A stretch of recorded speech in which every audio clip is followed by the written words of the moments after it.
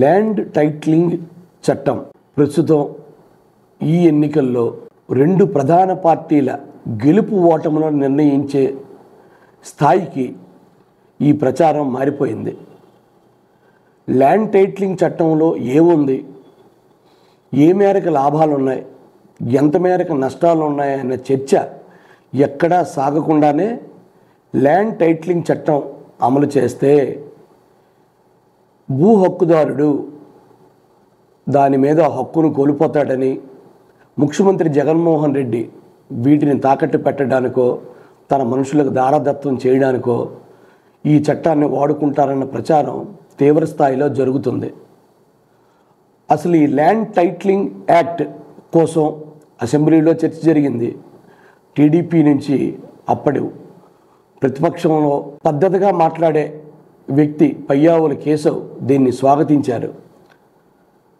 అలాగే ఈనాడు అన్నదాత కార్యక్రమంలో కూడా ల్యాండ్ టైటిలింగ్ చట్టం కోసం ఒక స్టోరీ చేశారు.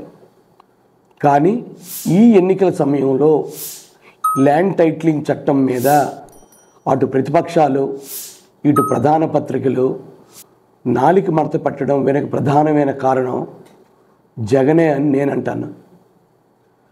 ల్యాండ్ టైటిలింగ్ యాక్ట్లో ఏముంది, ఏమి లేదు, వస్తే ఏం ప్రయోజనం అనే ఒక చర్చ లేకుండా, ఎక్కడా దీని మీద ఒక అవగాహన కల్పించకుండా ఆగమేఘాల మీద కేంద్ర ప్రభుత్వం తెచ్చిన ఓ చట్టాన్ని అమలు చేయడం కోసం ఆయన ఆత్రం పడ్డమే ఇప్పుడు వైకాపా మెడ మీద కత్తిలా మారింది ఈ చట్టం.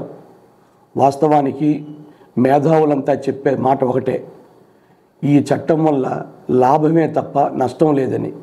కానీ దీన్ని సామాన్య జనం బుర్రలోకి ఎక్కించేది ఎవరు? ఎన్నికల పోరులో అంత సమగ్రంగా దీన్ని చెప్పగలిగేది ఎవరు?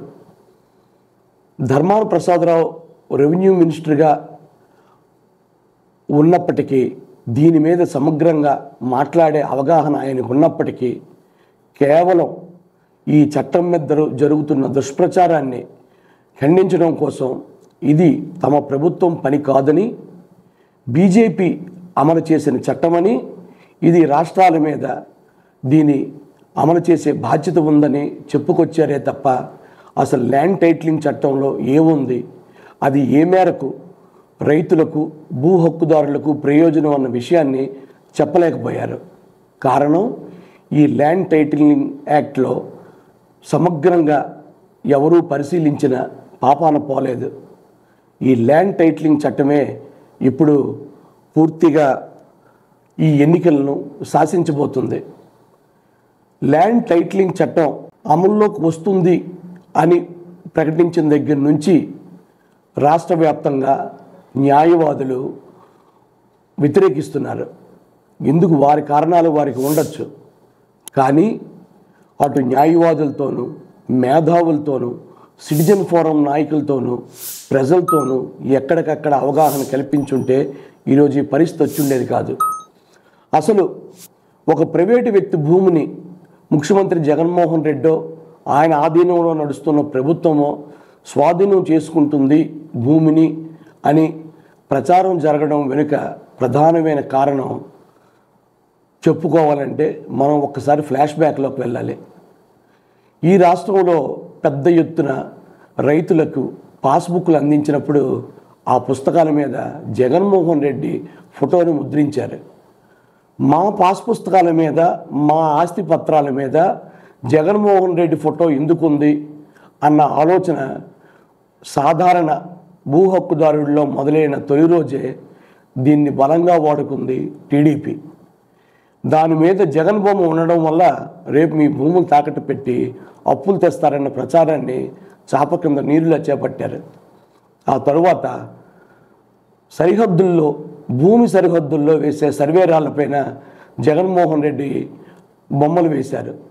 మా భూమి హద్దురాళ్ళకి జగన్మోహన్ రెడ్డి బొమ్మకి సంబంధం ఏమిటని రైతులు ప్రశ్నించే లోపే దీన్ని టీడీపీ క్యాష్ చేసుకుంది.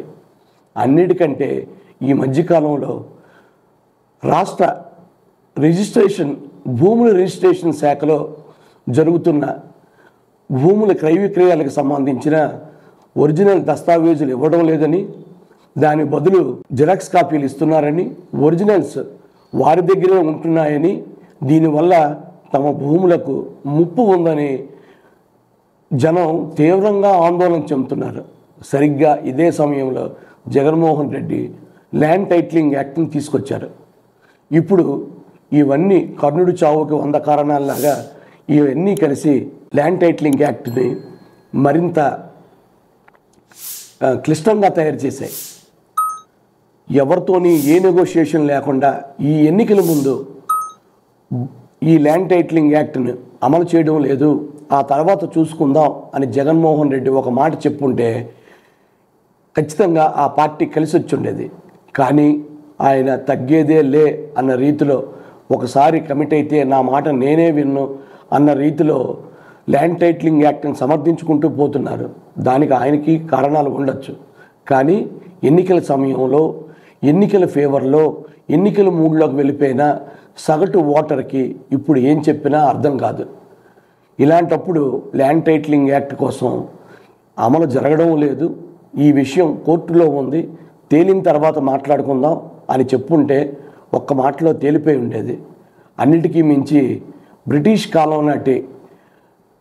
కాలంలో జరిగిన సమగ్ర భూ సర్వే ఆ తర్వాత ఇన్ని సంవత్సరాల్లో ఎవరూ చేపట్టకపోయినా జగన్మోహన్ రెడ్డి ప్రభుత్వం సమగ్ర భూ సర్వేని ఓ పక్క చేస్తుంది. దానికి పైలట్ ప్రాజెక్టుగా శ్రీకాకుళం జిల్లాని ఎంచుకుంది. ఇక్కడే ఇంకా అనేక లోటుపాట్లు ఉన్నాయి. వీటన్నింటినీ సరిదిద్ది రాష్ట్రం మొత్తం మీద సమగ్ర భూ సర్వే జరిగిన తర్వాత ఈ ల్యాండ్ టైటిలింగ్ యాక్ట్ కోసం మాట్లాడుంటే బాగుండేది. అలా కాకుండా ఓ పక్క సమగ్ర భూ సర్వే, మరో పక్క ల్యాండ్ టైటిలింగ్ యాక్ట్.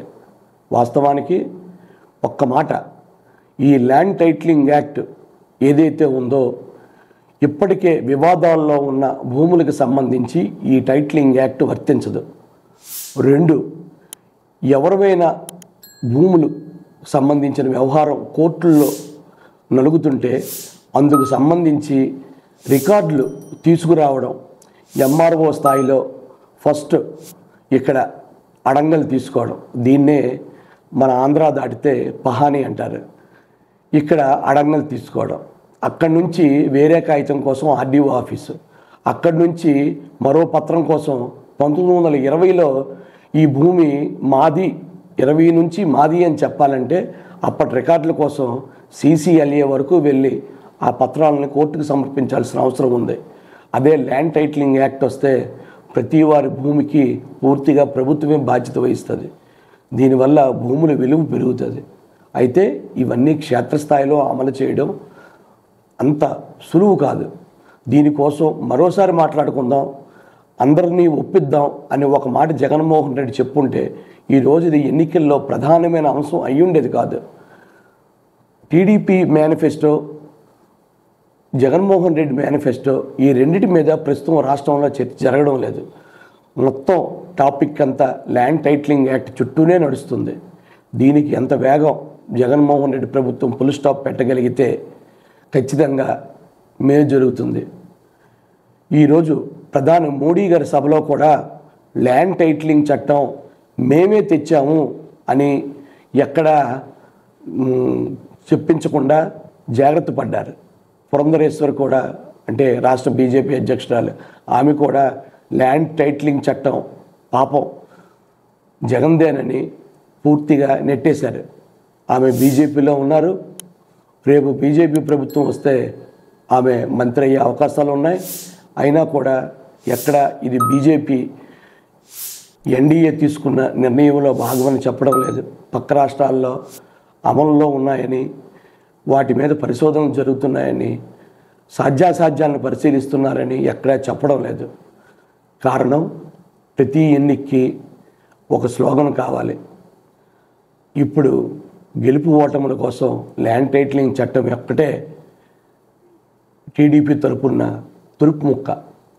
దీని మీద అధికార పార్టీ ఎంత తగ్గితే అంత మంచిది. సెలవు.